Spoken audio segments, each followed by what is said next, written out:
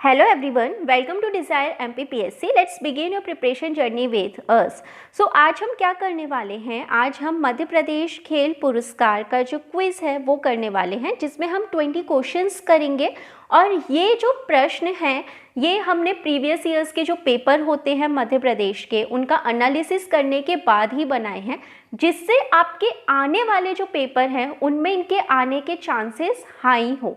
ठीक है, सबसे पहले अगर आपने हमारा मध्य प्रदेश खेल पुरस्कार का वीडियो नहीं देखा वो जाके देखिए, आपको हमारी प्लेलिस्ट में मिल जाएगा मध्य प्रदेश करंट अफेयर्स की, वहाँ पे जाके देखिए। प्लेलिस्ट की जो लिंक है वो हमने डिस्क्रिप्शन में आपको दे दी है।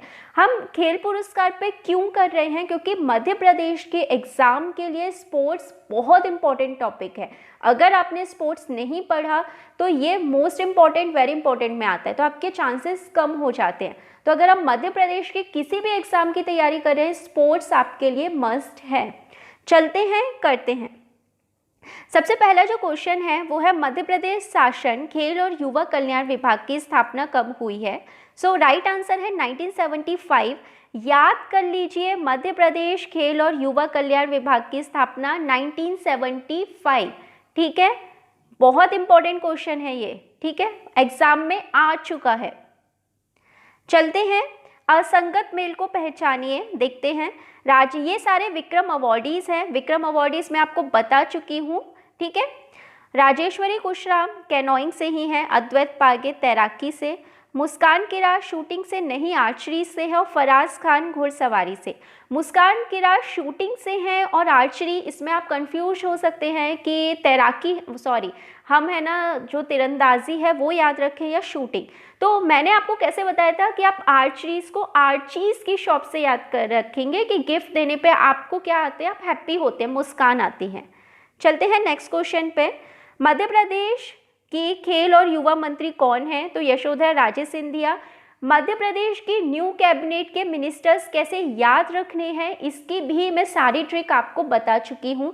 आप प्लेलिस्ट में जाके देख लीजिएगा, मध्य प्रदेश करंट अफेयर्स या मध्य प्रदेश जीके ट्रिक्स में। प्लेलिस्ट की लिंक डिस्क्रिप्शन में है। चलते हैं आगे। विक्रम पुरस्कार के बारे में असत्य कथन पहचानिए। विक्रम पुरस्कार की स्थापना 1972 में हुई, सही है। अब यहाँ पे क्या होगा कि आप बहुत जगह विक्रम जो पुरस्कार है उसके ईयर डिफरेंट पाएंगे। ठीक है, डिफरेंट हो सकते हैं, लेकिन 1972 मध्य प्रदेश की ऑफिशियल साइट बोल रही है।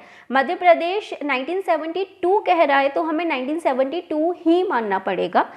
यह 19 वर्ष से कम आयु के खिलाड़ियों को दिया जाता है, नहीं, 19 वर्ष से अधिक आयु के खिलाड़ी को दिया जाता है, सीनियर प्लेयर को 1 लाख की राशि मिलती है, और विक्रम अवॉर्डीज को गवर्नमेंट जो जॉब होती है वो दी जाती है, सही है आंसर। अब आपको विक्रम और एकलव्य इन दोनों में होगा कि कौन 19 वर्ष से अधिक और कौन कम है। कैसे आपको याद रखना है कि जो विक्रम है वो क्या थे? उज्जैन के राजा थे। तो उज्जैन के राजा हैं तो राजा हैं तो बड़े होंगे, उनकी एज ज़्यादा होगी, कोई छोटे बच्चे तो होंगे नहीं, तो बड़े हैं। तो आप इमेजिन कीजिए एक राजा है जो बड़ा है, मूंछें हैं उसकी, ठीक है ना। और जो एकलव्य है उसकी आपने कहानी सुनी होगी कि उसने द्रोणाचार्य को अपना अंगूठा काट के दे दिया था। तो एकलव्य क्या थे? बच्चे थे, शिष्य थे। तो एकलव्य जब आप इमेजिन करते हो तो आप एक बच्चे को इमेजिन करते हो, और जब आप विक्रम उनको इमेजिन करते हो, उज्जैन के राजा को, तो आप बड़ा इमेजिन करते हो। तो इस तरीके से आप भूलने नहीं वाले कि विक्रम सीनियर हैं, वो बड़े दिखते हैं, और एकलव्य छोटे हैं, वो बच्चे दिखते हैं। ठीक है, अब आप नहीं भूलोगे। चलो, कृष्णा यादव का संबंध किस खेल से है? तो कृष्णा यादव का संबंध हॉकी से है। हम आपको क्यों बार बार याद करा रहे हैं, क्यों हम एक जो टॉपिक है उसके 2 वीडियो बनाते हैं, पहले आपको समझाते हैं फिर आपको उसके ऑब्जेक्टिव कराते हैं, क्योंकि हम चाहते हैं कि जो टॉपिक हम लें वो आपको अच्छे से समझ में आ जाए, आप उस टॉपिक में से कुछ भी एग्जाम में गलत कर ना आए। तो हमारी हमेशा से कोशिश रही है कि जो भी टॉपिक हम आपको कराएं वो आपको अच्छे से याद हो जाए, एक एक चीज़, एक एक पॉइंट। और जो ये टॉपिक है ये बहुत इंपॉर्टेंट है, इसलिए हम बार बार आपको बोलते हैं कि आपको ऑब्जेक्टिव कराते हैं, फिर हम आपको जो डिटेल है वो कराते हैं। जानकी बाई का संबंध किस खेल से है? तो जानकी बाई का संबंध जूडो से है। मैंने बताया था ये दिव्यांग हैं जिन्हें विक्रम अवार्ड मिला है। तो जैसे जूडो और जैसे जानकी बाई। एकलव्य पुरस्कार किसे दिया जाता है? अब तो मुझे लगता है आप नहीं गलत करने वाले लाइफ में। आपको एकलव्य से, अब एकलव्य बच्चा याद आ गया होगा छोटा सा, तो 19 वर्ष से कम आयु के खिलाड़ी को, जूनियर खिलाड़ी को। असंगत मेल पहचानिए, चलिए देखते हैं। विक्रम पुरस्कार 50,000 नहीं, 1 लाख। एकलव्य 50 है, विश्वामित्र 1 है और प्रभाष जोशी 1 है। विश्वामित्र प्रशिक्षक को दिया जाता है और प्रभाष जोशी किसे दिया जाता है? मलखंभ के खिलाड़ी को। देखिए विक्रम और एकलव्य, इनमें भी आपको मतलब गलत नहीं करोगे। विक्रम चूंकि सीनियर खिलाड़ी को दिया जा रहा है तो ऑब्वियसली चीज़ों से ज़्यादा प्राइज मनी दी जाएगी, और एकलव्य जूनियर को दिया जा रहा है तो उसको कम प्राइज मनी दी जाएगी, है ना। चलते हैं। ऐश्वर्य प्रताप सिंह का संबंध किस खेल से है? तो शूटिंग से है। यहाँ भी मैंने आपको बताया था कि ऐश्वर्य के नाम में ही शूटिंग आ रहा है, ऐश में ऐसे शूटिंग। चलते हैं आगे। शंकर पांडे का संबंध किस खेल से है? तो शंकर पांडे का संबंध है फेसिंग से, ठीक है। चलिए आगे चलते हैं। फेसिंग से आप ऐसे भी याद कर सकते हो, जैसे मैंने शंकर पांडे को फेसिंग से याद किया था कि जो शंकर हैं, जो शिव जी हैं, उनकी जटा है, तो जटा को मैं ऐसा याद करती थी कि फेसिंग है, मतलब बहुत सारी जटाएं हैं, वो गोल गोल सी बनी हुई हैं, तो मैंने ऐसे याद किया था। अगर आपको सही लगे तो आप कर लीजिए, नहीं तो फिर आप अपने हिसाब से देख लीजिएगा, जैसे आपको रिलेट करना हो। विश्वामित्र पुरस्कार किसे दिया जाता है? तो ये प्रशिक्षक को दिया जाता है, खेल प्रशिक्षक को। कैसे याद रखोगे कि जो विश्वामित्र थे वो गुरु हैं, सप्तऋषियों में आते हैं, गायत्री मंत्र की रचना की है, तो ऑब्वियस ही बात है, एक ऋषि हैं तो गुरु को ही दिया जाएगा, प्रशिक्षक को ही ये दिया जाएगा। देखिए मध्य प्रदेश में एक और चीज़ है कि एक विक्रम अवार्ड होते हैं मध्य प्रदेश के, और जो अर्जुन अवार्ड होते हैं वो होते हैं नेशनल लेवल के। ये आप कैसे याद करोगे? देखिए कोई भी स्टेट होता है जब वो अपने अवार्ड और बनाता है तो वो अपने ही लोगों के नाम पे, जो उनकी फेमस पर्सनैलिटी हैं उनके नाम पे बनाता है।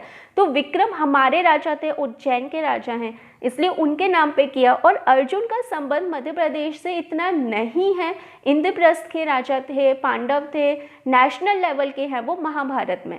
तो मध्य प्रदेश का कोई भी अवार्ड होगा वो उसी की पर्सनैलिटी के नाम पर होगा। चलते हैं आगे। विश्वामित्र पुरस्कार 2020 किसे दिया गया?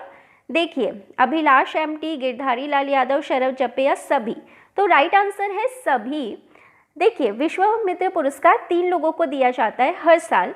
जब है ना सभी आता है ना एग्जाम में, तो जो एग्जामिनर है वो आपसे नहीं चाहता कि आप सब याद करो, उसे भी पता है आपको बहुत सारे फैक्ट्स याद रखने हैं, बहुत सारे पर्सन के नेम याद रखने होते हैं।